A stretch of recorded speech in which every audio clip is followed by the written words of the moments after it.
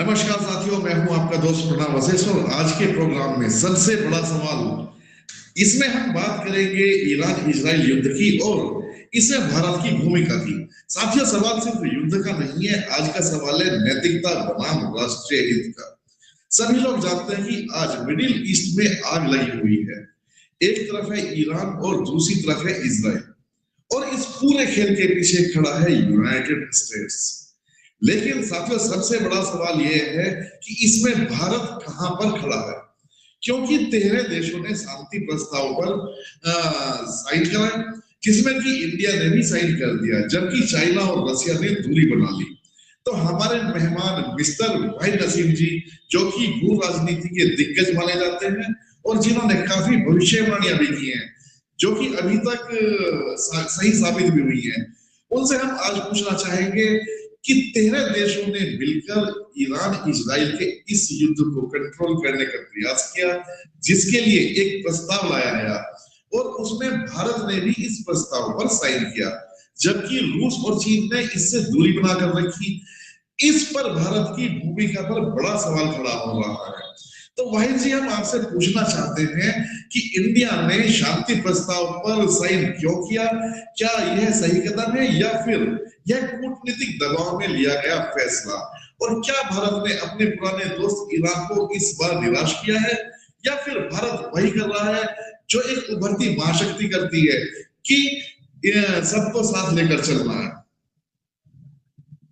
देखिए, इसे समझने के लिए एक छोटी सी बात, गलत और सही को समझने के लिए आपको आज पार्लियामेंट के अंदर जिस तरीके से आवाज उठाई गई इस बात को लेकर के इजराइल में युद्ध से पहले, हमले से पहले मोदी जी का जाना कितना सही था, इस को प्रेस टीवी एक होता है ईरान का, उसने इस वीडियो क्लिप को उठाया और उठाकर अपने चैनल पे ईरान में दिखाया कि देखिए, वहां जो विपक्ष है वो इस फेवर में नहीं था कि मोदी जी उस दौरान जो है वो इजराइल जाएं, युद्ध से एक दिन पहले इजराइल जाएं, वो इस पक्ष में नहीं है।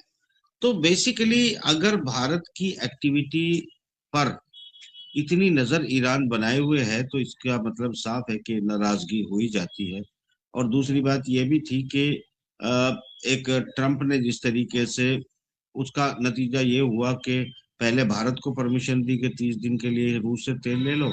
उस पर विपक्ष ने सोशल मीडिया पर काफी जो है खिल्ली उड़ाई, इस बात की कि भाई क्या भारत जो है वो अब अमेरिका की कोई टेरिटरी है, 51वां स्टेट है कि वो परमिशन देगा कि हम कहाँ से तेल लें और कहाँ से ना लें। उस पर भी ये हुआ कि कोई ठोस प्रतिक्रिया भारत की तरफ से, एक मजबूत डिप्लोमेसी पेश नहीं की गई, जिससे भारत की सॉवरेनिटी जो है वो स्टैब्लिश होती हो, जिससे ये माना जाए कि भाई आप कौन होते हो हमको परमिशन देने या ना देने वाले। रूस हमारा पुराना साथी है, 1947 से नहीं बल्कि 1946 से हमारा साथी और सहयोगी है। तो सवाल ये उठता है वशिष्ठ जी कि मोदी जी ने क्या प्लान किया, क्यों किया, किस दबाव में किया, इस पर चर्चाएं काफी मीडिया में हो रही है। अलबत्ता ये डिप्लोमेसी भारत के हिक में हक में इसलिए नहीं थी कि आज इजराइल के जो नेतन्याहू है वो मारे जा चुके हैं, ये जिंदा है, कोई कुछ कहा नहीं जा सकता। बल्कि नेतन्याहू जैसा नेता जो हर बात अपने मुंह से आके कहता हो मीडिया में, 7 दिन से वो गायब हो तो जिंदा होने की ये दलील नहीं होती। कहीं पर वो होल्ड करते हुए दिखाई दे रहा हो ये भी पता नहीं चलता। अब सवाल ये उठता है कि देखिए, अब इस सिचुएशन में जब हम बात कर रहे हैं, यहाँ ये हालात आते हैं कि भाई आप जो है क्यों, मतलब क्या जल्दी थी कि आप उस पर समझौता कर दे, जैसे आप चीन और रशिया बैकआउट कर गया था वैसे ही आप भी अनुपस्थित हो जाते, कुछ ना कुछ कोई और रास्ता अपनाते, बीच का कोई रास्ता अपनाते। क्योंकि ईरान के साथ हमारे रिश्ते बिल्कुल अलग थे, और वो अलग इस मायने में थे कि वो हमें रुपए में तेल देता था। तेल के 60 लाख करोड़ रुपए तो हमारे पास जो है वैसे ही पड़े हुए हैं, उनके 60,000 करोड़ तो उनके वैसे ही पड़े हुए हैं रोस्ट्रो अकाउंट में। उसके अलावा भी हमारा जो एक्सपोर्ट होता था राइस का, फ्रूट्स का और बहुत सारी चीजों का, वो भी ईरान को काफी होता था। अब इन सब बातों को भी अगर हम छोड़ देते हैं तो हमें ये देखना चाहिए था कि अगर भारत को कभी भविष्य में जिसके संबंध पाकिस्तान से तनावपूर्ण रहते हैं, वो एक रास्ता जो अफगानिस्तान और पाकिस्तान होके जाता है, और दूसरा रास्ता हमारा जाता है बंदर अब्बास यानी ईरान होकर या चाबहार ईरान होकर। तो सवाल ये उठता है यहाँ पर कि भारत अगर इन एक ट्रांजिट रूट का इस्तेमाल करता है तो उसके लिए जरूरी है ईरान के साथ दोस्ती। अगर आप ईरान के साथ अपने संबंध अच्छे नहीं रखते तो रूस से जो आपको सस्ता तेल आता है वो लॉजिस्टिक आपको वाया ईरान ही सस्ता पड़ता है। अगर ईरान के अलावा आप किसी और रूस रूट को डाइवर्ट करते हो तो ये कॉस्ट बहुत महंगी हो जाती है, लॉजिस्टिक महंगा हो जाता है और लंबा हो जाता है, बहुत दिनों के बाद यहाँ पहुंचता है। दूसरी बात यह है कि अगर आप सेंट्रल एशिया जिनके संबंध भारत के साथ बहुत अच्छे हैं, इनमें से एक देश तो ऐसा है जहाँ 15 दिन भारतीयों का वीजा फ्री है, कजाकिस्तान। रशिया जो है आप उसके साथ आपके बहुत गहरे संबंध हैं। उज्बेकिस्तान, किर्गिस्तान, ताजिकिस्तान, कजाकिस्तान, ये सभी रास्ते, अफगानिस्तान में हमारा बहुत बड़ा इंटरेस्ट है। इन सभी चीजों को अगर हम देखते हैं तो बिना ईरान के हम यहाँ नहीं पहुंच सकते तब तक जब तक हमारे संबंध या तो पाकिस्तान से बहुत बेहतर हो। हालांकि पाकिस्तान से हमारी जो झड़पें हैं, हमारी जो लड़ाइयां हैं वो लगातार हैं, रिवायती हैं, परंपरागत है। तो ये परंपरागत जो है वो 1947 में बने और 48 में युद्ध में शुरू हो गए, वहां से शुरू होती है और आज भी जारी है। अभी ऑपरेशन सिंदूर 1 खत्म किया है, 2 के लिए मोदी जी का जो है वो प्लान है। तो बेसिकली ये सब कुछ पाकिस्तान के साथ तो चल रहा है, संबंध अच्छे होने की भी कोई संभावना नहीं है। ऐसे में क्या आप अमेरिका के कहने से अ, उस इजराइल के कहने से, जिसके बारे में मैं अभी बताऊंगा उसकी स्थिति क्या है, आप इतने सारे 27 देशों से अपने संबंध खत्म कर लेंगे? आपके व्यापारी ना वहां से माल ला पाएंगे ना भेज पाएंगे, या उसके लिए आपने प्लान कर लिया कि पाकिस्तान के साथ आप संबंध जो है अच्छे कर लोगे, जिससे आप देश के व्यापारियों का घाटा नहीं होगा, देश का नुकसान नहीं होगा, उनका इंपोर्ट भी हो जाएगा, एक्सपोर्ट भी हो जाएगा। और अगर पाकिस्तान और चीन दोनों से आपने पाकिस्तान और रूस दोनों से ही आपने संबंध खत्म कर दिए तो आपके 3 तरफ समंदर होते हुए भी आप लैंड लॉक कंट्री खुद ब खुद हो जाते हो। ये बात जियो पॉलिटिक्स के ज्ञाता समझ सकते हैं, अनाड़ी और मूर्खों के लिए ये बात समझ में नहीं आएगी कि आप ये क्या कर रहे हैं। ये ग्लोबल वर्ल्ड है आज की तारीख में। आपके पास अगर यूरोपियन कंट्री या फिर अमेरिका से जो भी इंपोर्ट एक्सपोर्ट आप करते हैं उसमें बहुत बड़े 2 हिस्से हैं। एक तो वो कि आप आपके लोग वहां पर काम करते हैं जो रेमिटेंस भेजते हैं। दूसरा आईटी सेक्टर जो अब ऑटोमेटिकली खत्म होने जा रहा है। यहाँ पर एंथ्रोपिक जैसे जो है वो सॉफ्टवेयर मौजूद एआई आ चुके हैं जो software manage, software maintenance, software बनाने का काम करते हैं। तो जो एक मजदूरी, डिजिटल मजदूरी का काम भारतीय लोगों के पास होता था, 300 $350 मिलियन भारत को आते थे, वो भी धीरे धीरे साल 6 महीने में बंद हो ही जाने हैं। तो ऐसे में आपने क्या सोच के रिस्क लिया? आपने $10 बिलियन का जो है समझौता करने का वादा कर आए आप जो है इजराइल के साथ, उस इजराइल के साथ जिसके एयर डिफेंस सिस्टम इस वक्त जीरो नजर आ रहे हैं। ईरान उस पर 4 मिसाइल मारता है तो इजराइल पे 5 मिसाइल लगती है जाके, मतलब उसकी स्थिति यह है इजराइल की कि अगर ईरान 4 मिसाइल फेंकता है तो 5 लगती है जाके, एक आध इराक से भी या हिजबुल्ला की जाके लग जाती है। तो ऐसा मतलब जो है इनसिक्योर कंट्री जो सिर्फ फेक था, जो बकवास करता था, जिसके पास अपना कुछ था ही नहीं, जो 62% हथियार इंपोर्ट करता है अमेरिका से, 31% हथियार इंपोर्ट करता है जर्मनी से, यानी उसका अपना कुछ नहीं था, उससे आपने इंपोर्ट के जाके समझौते कर लिए। आपने कहाँ खड़ा कर दिया इस देश को, आप समझिएगा। आपने कहाँ फंसा दिया इस देश को, ये तो आपको समझना पड़ेगा। तो कुल मिलाकर ये है कि आपके पास शायद आपकी जो इंटेलिजेंस एजेंसी है वो ठीक से अगर काम कर रही है तो उससे आपको इंफॉर्मेशन देनी चाहिए थी कि इजराइल के पास ऐसा कोई वेपन नहीं है जो न्यू, जो चाइना और रशिया के हथियार हैं या उनकी मदद से बनने वाले ईरान के पास जो हथियार हैं, जो उन्हें काउंटर करने की क्षमता नहीं रखता। क्या आपको आपकी इंटेलिजेंस ने इंफॉर्मेशन नहीं दी? और अगर दी है तो आपने उनकी बात क्यों नहीं मानी? आप ये अपनी आंखों से देख रहे हैं कि ईरान जैसा देश जो पूरी तरह से इस वक्त गाजा की तरह प्लेन करता जा रहा है, जिसका प्रधानमंत्री गायब है, जिसका होम मिनिस्टर गायब है, जिसका रक्षा मंत्री गायब है, वित्त मंत्री गायब है, यहाँ इतनी सारी चीजें आपकी आंखों के सामने हो रही है। एक मामूली सा देश जो सचमुच कहीं था ही नहीं, जो सिर्फ मीडिया में था या फिर एजेंडे में था या फिर पैसे से खरीदे हुए लोगों के या फिर एप्स्टीन जैसी फाइल में फंसाए गए लोगों के कब्जे में था, पर दुनिया मतलब उसका करता धरता था। ऐसा देश जो नौटंकी पर जिंदा था, आपने ऐसे में अपने परंपरागत दुश्मनों को, दोस्तों को दुश्मनी में बदल लिया, जिसमें से सबसे बड़ा रूस है, उसके बाद आपका खुद का ईरान है, उसके बाद आपके वो देश हैं जो ईरान के रास्ते के बगैर आपको मिलते ही नहीं है। तो आपने कहाँ फंसा दिया डिप्लोमेसी को, ये तो आपको सोचना पड़ेगा। तो भाई जी, आपका कहने का मतलब है कि हमारे जो प्रधानमंत्री ने या हमारे देश ने जो डिसीजन ये लिया है इस पे साइन करने का, वो यूनाइटेड स्टेट के दबाव में आके लिया है। ये कोई महाशक्ति ये वाला वो इनका सीन नहीं था कि जैसे महाशक्ति सबको साथ लेकर चलती है, वो वाला कोई सीन नहीं था। आपका कहने का ये मतलब है। वैसे जी एक बात समझिए, आप छोटी सी बात समझिए। CNN चैनल है अमेरिका का, वो आज अपने टेलीविजन पे मजाक उड़ा रहा है अपने राष्ट्रपति की। वो क्या दिखा रहा है कि 12 बज के इतने मिनट पे तुम कहते हो कि हमें दोस्तों की मदद की जरूरत नहीं।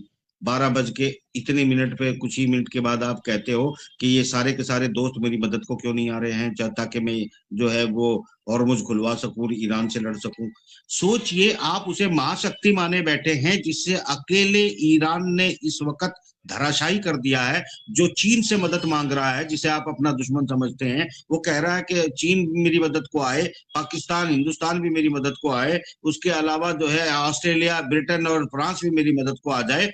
भाइयों आओ मेरी मदद करो, होर्मुज खुलवाओ। इतना बुजदिल कायर देश जो आप उसे महाशक्ति मान रहे थे, तो आपकी कैलकुलेशन में गड़बड़ है, आपकी सिक्योरिटी एजेंसी में गड़बड़ है, आपका सिक्योरिटी एडवाइजर में कहीं ना कहीं गड़बड़ है, आपको गलत इंफॉर्मेशन फीड की गई है। जो महाशक्ति, भाई हम एक 140 करोड़ का बहुत बड़ा देश है, हमें अपने देश के सम्मान की और मान की बड़ी और रक्षा की और अपने लोगों की बड़ी चिंता है। वो कौन इंसान है जो आपको फीड कर रहा है, गलत इंफॉर्मेशन दे रहा है? ना इजराइल कुछ धंधा निकला, ना अमेरिका कुछ धंधा निकला, भीख मांग रहा है लोगों से उसकी मदद करे ईरान के खिलाफ, और ईरान से आपने जो है बैकआउट कर लिया, तो आपकी मदद कौन करेगा? आप कहाँ खड़े हो? आपका तो खुद का सबसे बड़ा सुपर पावर, आपका अपना मतलब फादरलैंड जो है वो कौन सी लैंड बन गया, अब कहने की जरूरत नहीं पड़ेगी। कुछ दिनों बाद, हफ्ते 10 दिन में आप दुनिया को अपने आप ही पता चल जाएगा, वो लैंड भी बची, लैंड ही लैंड बची है, बाकी फट गया उसमें से सब कुछ। तो ये सूरत हाल अगर आपको दे रही, तो आपकी पूरी की पूरी टीम फेलियर है। किधर है आपका विदेश मंत्री, किधर है आपका NSA, किधर है, क्या इंफॉर्मेशन थी इनके पास में? इनको पता नहीं था, इनको ये समझ में नहीं आ रहा था कि ईरान इतना ताकतवर है कि अमेरिका को में घुस भर देगा, इजराइल में घुस भर देगा। अगर नहीं पता था तो इतने सालों से, 11 साल से आपने इस देश के ऊपर क्यों लाद रखा है उन लोगों को? सर अच्छा, ये 13 देशों ने मिलकर जो शांति प्रस्ताव रखा है, ये सब ईरान को कह रहे हैं युद्ध रोकने के लिए, जबकि पहला हमला यूनाइटेड स्टेट इजराइल की तरफ से किया गया था। इजराइल की तरफ से पहला हमला किया गया था, तो फिर ईरान को ही क्यों आक्रामक ये लोग बता रहे हैं, और ईरान से क्यों कह रहे हैं युद्ध रोकने के लिए? देखिए, ये मीडिया बाजी उनके हाथ में है। आज भी जो बातें हम कर रहे हैं, ये सिर्फ हम कर रहे हैं वशिष्ठ जी। अगर कोई और मीडिया करेगा तो इसको मैनिपुलेट करके जनता को गुमराह करने की, धोखा देने की कोशिश की जाएगी। सारी दुनिया को पता है कि वो नेतन्याहू जो किसी बम के नीचे आके फट चुका है, वो नेतन्याहू जिसके पेट के अंदर की गंदगी किधर दीवारों पे उसकी लगी होगी, वो नेतन्याहू जो है पिछले 2 महीने से लगातार चीख रहा था, नहीं मैं ट्रंप को मजबूर कर दूंगा, अमेरिका को मजबूर कर दूंगा, हमें ईरान को खत्म करना है, ईरान को मिटाना है। और जाके मना करते करते वहां उसके खुद के डिप्टी प्रेसिडेंट ने, जेडी वेंस ने मना किया, नहीं भाई उनके अपने आर्मी के डिपार्टमेंट ने उन्हें कहा कि हम ईरान के साथ अगर युद्ध करेंगे तो फंस जाएंगे। ये सारी अमेरिका के अंदर से एडवाइस दी जा रही थी, उनका सिक्योरिटी सिस्टम उनको एडवाइस दे रहा था, उनकी खुफिया एजेंसी उनको एडवाइस दे रही थी।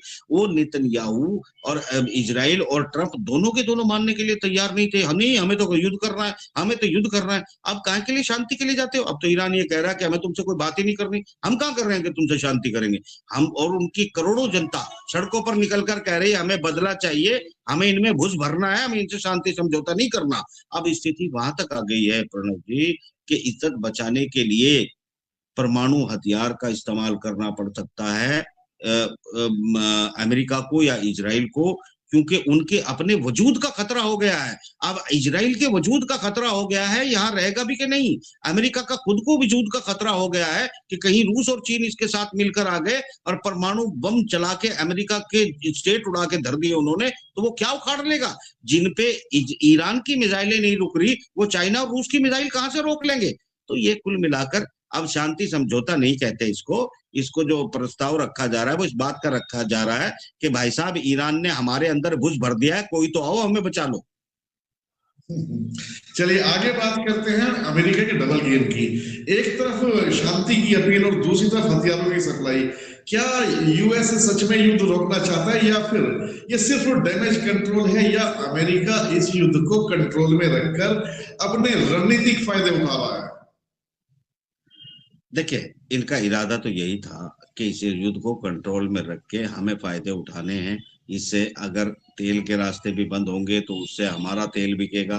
दूसरी तरफ अगर युद्ध धीरे धीरे चलेगा तो ईरान घुटने टेक देगा, उसका तेल भी हमारे कब्जे में आ जाएगा, जैसे वेनेजुएला का आ गया, जैसे वो क्यूबा को धमकी दे रहा है। तो ये सारी चीजें जो है वो एक बिजनेस एम्पायर को खड़ा करने के लिए अपने जो 38 ट्रिलियन डॉलर का कर्ज है अमेरिका को, मागा के तहत उसे उतारने के लिए जो एक अनप्लान्ड स्ट्रेटेजी जो कभी ट्रंप ने सपने में देखी होगी या उसकी टीम ने, उसको एग्जीक्यूट करने के फायदा उठाने के लिए ही इस तरह की हरकत कर रहा था, पर ये बात गले पड़ गई।